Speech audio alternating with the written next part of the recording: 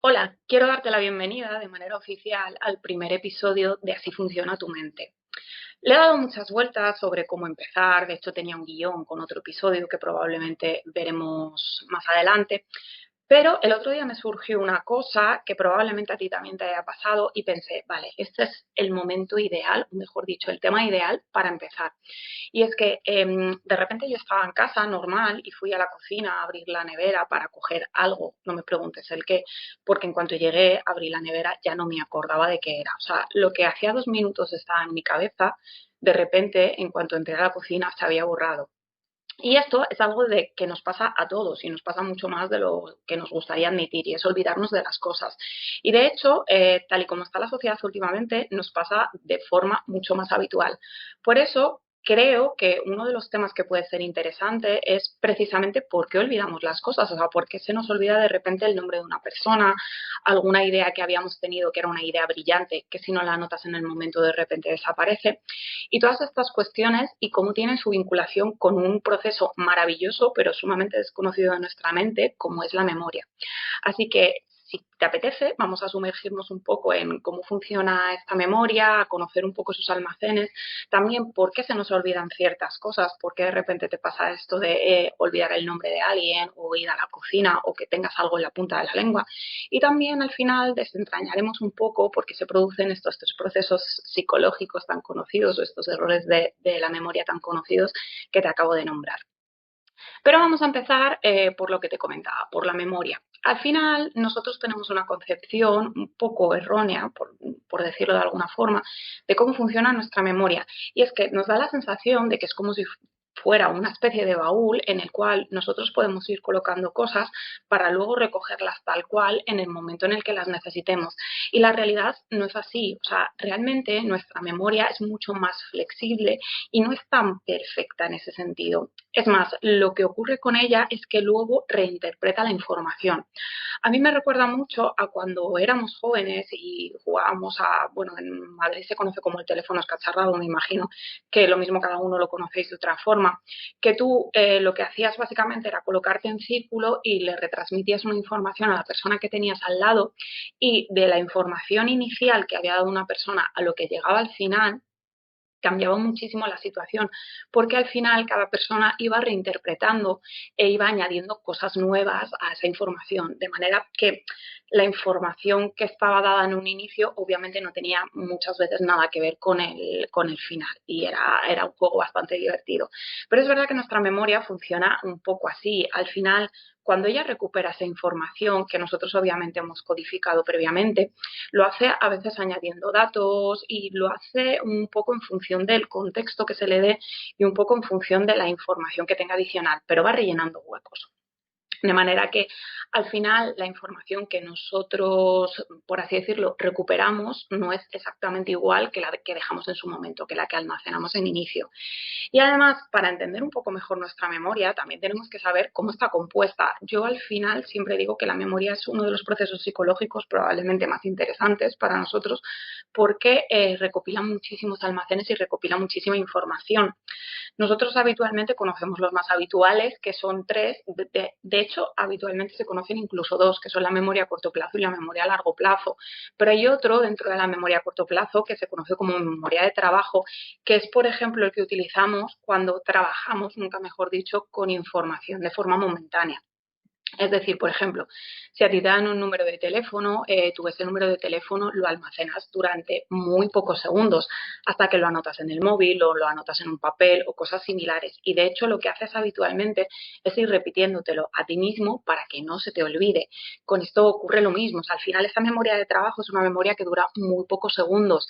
Y si yo no trabajo y no transformo esa información, no va a pasar al siguiente almacén, que es a corto plazo, ni muchísimo menos al almacén a largo plazo, que es, por así decirlo, el más importante porque es el que mantiene la información.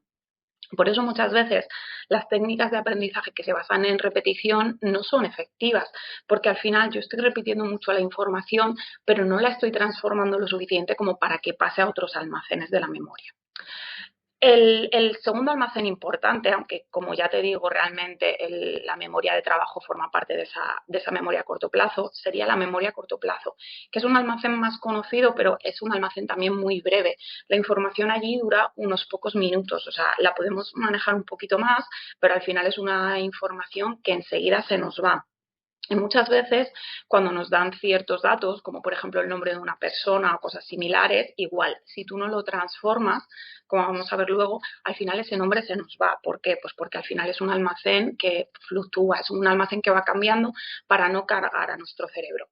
Y finalmente tenemos la memoria a largo plazo, que es, por así decirlo, el almacén principal de nuestra memoria, o mejor dicho, el que guarda recuerdos, como su propio nombre indica, con más tiempo, a más largo plazo. Obviamente, para que la información pase ahí, tiene que haber una transformación, tiene que haber algún cambio o algún procesamiento, por así decirlo, eficiente por nuestra parte. Si no, la información no se va a guardar. Entonces, es el almacén más importante, es un almacén que además tiene una capacidad ilimitada, pero también es complicado conseguir que la información que se nos da, salvo que sea lo suficientemente relevante para nosotros o salvo que la trabajemos de forma efectiva, es muy complicado que vaya a pasar a ese otro almacén. En cualquier caso, todo esto, todo este funcionamiento de la memoria tiene que ver mucho con por qué olvidamos ciertas cosas. O sea, por qué yo de repente me levanto a la cocina y resulta que no me acuerdo de a por qué iba, por qué no me acuerdo del nombre de una persona. Otras situaciones que muchas veces, no sé a ti, pero a mí muchas veces me dan a pensar, ¿me estará pasando algo en la memoria? O sea, ¿por qué me está fallando de repente?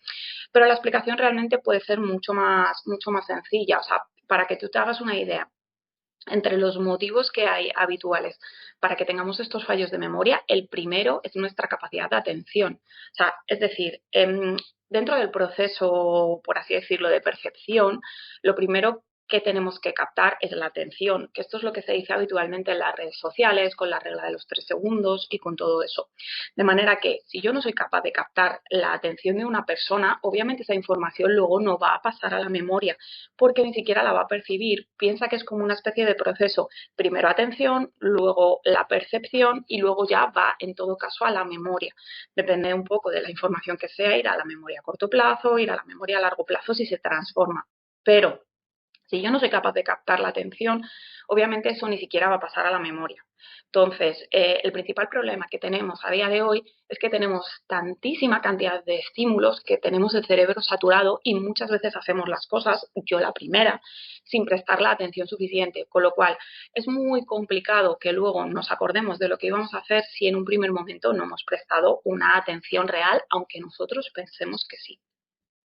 También porque prioriza, es decir, o sea, al final nuestra memoria no es tonta, nuestro cerebro está pensado para gastar los mínimos recursos posibles porque piensa que en ese sentido está un poco en la antigüedad, es decir, antiguamente nuestro cerebro tenía básicamente que intentar gastar la mínima energía posible para conseguir sobrevivir y esa mentalidad sigue presente en nosotros a día de hoy, aunque no nos demos cuenta. De manera que al final lo que ocurre con el cerebro es que intenta gastar los mínimos recursos y va a priorizar. Si se ha encontrado con algo que no tiene ningún tipo de contenido emocional ni de contexto para él, ¿para qué va a almacenar esa información? Probablemente no lo resulte interesante. Por eso también muchas veces se dice, tienes que crear contenidos y tienes que hacer cosas que sean capaces de generar un vínculo emocional con la persona a la que te diriges, porque si no va a ser muy complicado que esa persona te recuerde y al final una marca, metiéndonos un poco en la parte de marketing, tiene que estar en el top of mind, es decir, tiene que estar en la mente de la persona a la cual se está dirigiendo, a la cual quiere vender, con la cual quiere generar comunidad. También porque es importante, por ejemplo, tratar de evitar el estrés. El estrés también nos bloquea y ese es otro tema del que hablaremos más adelante en el podcast. Es decir, si yo estoy sometido a mucho estrés, va a ser mucho más complicado que mis procesos psicológicos funcionen correctamente porque mis niveles de cortisol, que es la neurohormona vinculada con el estrés, van a estar mucho más altos. De manera que si el cortisol está alto, el recuerdo no es que se reduzca, pero sí que funciona peor. Funciona peor en general todos los procesos psicológicos, pero obviamente el recuerdo también, porque al final mi cerebro está en modo de supervivencia. El cortisol lo que significa es hay un peligro cerca y por eso eleva los niveles. De manera que tenemos que intentar, pues eso, relajarnos. Al final, para que tengas un poco el resumen, si yo estoy sometido a muchos estímulos, tengo un alto nivel de estrés, encima no estoy prestando atención y no trabajo con esa información ni tengo ningún vínculo emocional, lo más probable es que esa información se borre de mi cabeza, ¿vale? Es que sea una información que yo no almacene y que la olvide con facilidad, y no significa que tenga ningún problema en la memoria ni que haya ningún fallo más allá, simplemente significa el buen funcionamiento de mi cerebro, el buen funcionamiento de los procesos psicológicos que lo que están haciendo es funcionar de manera optimizada para protegerme, ¿vale? Y ya hilando un poco con estos fallos, para finalizar un poco este primer episodio del podcast, quiero pues comentarte un poco esos 3 fallos que decíamos al inicio, que se producen de forma muy habitual, para que entiendas un poco a qué se deben. Pasando primero por el famoso, oye, estaba en una zona de mi casa, he ido a otra, habitualmente suele ser la cocina, ¿vale? Entonces, siempre suele ser la cocina. He ido a abrir la puerta de la nevera y de repente me he encontrado con que no sabía qué hacía aquí. Vale, esto se conoce como efecto umbral y es básicamente porque cuando nosotros estamos en una habitación y tenemos el contexto de esa habitación y nos movemos a otras, a veces el cerebro no es capaz de detectar las pistas de lo que íbamos a hacer. Es decir, cuando estoy en el salón tengo toda la información que necesito, tengo el contexto, pero cuando cambio de habitación ese contexto se ha borrado, con lo cual el cerebro de repente dice, vale, ¿qué es lo que veníamos a hacer aquí? ¿Qué era en concreto? O sea, es un fallo muy habitual y si de repente muchas veces vuelves a la habitación anterior, eres capaz de recordarte por qué has vuelto a ese contexto inicial en el cual se te había ocurrido la idea o había venido ese pensamiento.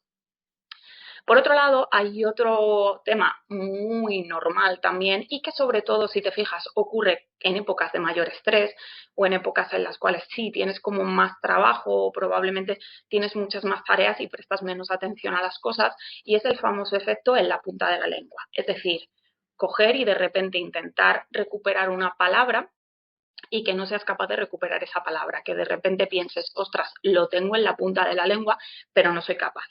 Vale, esto sucede habitualmente porque hay una desconexión parcial entre el significado y el acceso fonológico. Es decir, tú sabes que esa palabra existe y sabes lo que significa, pero no sabes cómo se dice. Es como si hubiese una desconexión a nivel cerebral, muchas veces provocada, como te digo, por estrés o por cosas similares. De manera que al final el cerebro es capaz de localizar el concepto, pero no es capaz de activarlo con la manera de pronunciarlo. Y por eso, en ocasiones incluso, te vienen otras similares, es decir, o sea, hay palabras parecidas que sí que te vienen porque sí que es capaz de encontrarlas y dices, jolín, ¿por qué me viene la que es similar, pero no me está viniendo a la cabeza la que yo quiero decir? Y por último, hay otra cosa muy habitual que consiste en olvidar los nombres de la gente que acabas de conocer, que eso era lo que te comentaba también un poco al inicio de este podcast cuando te ponía uno de los ejemplos. Y esto nos ha pasado a todos, que de repente te presenten un grupo de personas, sobre todo como sea un grupo relativamente grande de personas, te empiezan a decir nombres y tú al momento dices, ay, sí, sí, sí, María, María. Pero a los 5 segundos, si te preguntan, obviamente ya no te acuerdas del nombre. Y muchas veces pasas la vergüenza de tener que decir, oye, perdona, ¿cómo te llamabas? Que es que no soy capaz de recordarlo. Vale, esto ocurre básicamente porque al final la atención, muchas veces cuando nos presentan a un grupo de personas, está o focalizada en conocer a todas las personas que nos están presentando, hay veces que está focalizada en nosotros, sobre todo si somos muy tímidos o tenemos un mayor nivel de introversión porque estás pensando, jolín, lo estaré haciendo bien, cómo estaré, cómo no sé qué. Entonces, al final la atención no está focalizada en lo que tiene que estar, que es en aprenderse los nombres de las personas. Está focalizada en otras cosas y por eso no llega a almacenar ni siquiera ese nombre.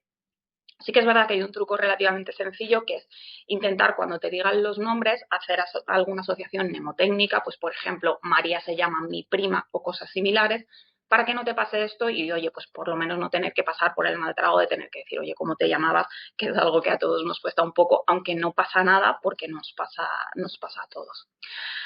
En definitiva, espero que este primer capítulo, te haya servido un poco para ver que al final hay ciertas cosas cotidianas, como por ejemplo este tipo de olvidos, tener algo en la punta de la lengua, que corresponden al funcionamiento cerebral normal y que es algo que en el fondo está en nuestra mano poder cambiar. Es decir, si yo sé, por ejemplo, que no estoy recordando algo porque estoy muy estresado, porque tengo cierta falta de atención, como por ejemplo me pasa a mí a veces, que hay cosas que no las recuerdo porque no soy capaz de prestar atención, porque voy muy rápido a los sitios. está en nuestra mano coger y decir, vale, en vez de ir como las locas a todos los sitios, voy a ir con un poco más de calma, voy a tomármelo con más relax para que esos procesos psicológicos funcionen de manera correcta. Y si no, por lo menos entender que al final no tiene por qué estar pasándote nada malo, sino que puede ser simplemente pues que vivimos en una sociedad saturada de estímulos, que probablemente vas más rápido de la cuenta y que por eso la memoria no está funcionando como debería o está produciendo estos fallos. Así que nada, espero que te haya gustado este capítulo. Te invito a que me dejes algún comentario sobre si alguna vez te ha pasado esto, el tema de tener, perdón, algo en la punta de la lengua, no recordar algún nombre o algo similar. Y nos vemos en el próximo capítulo.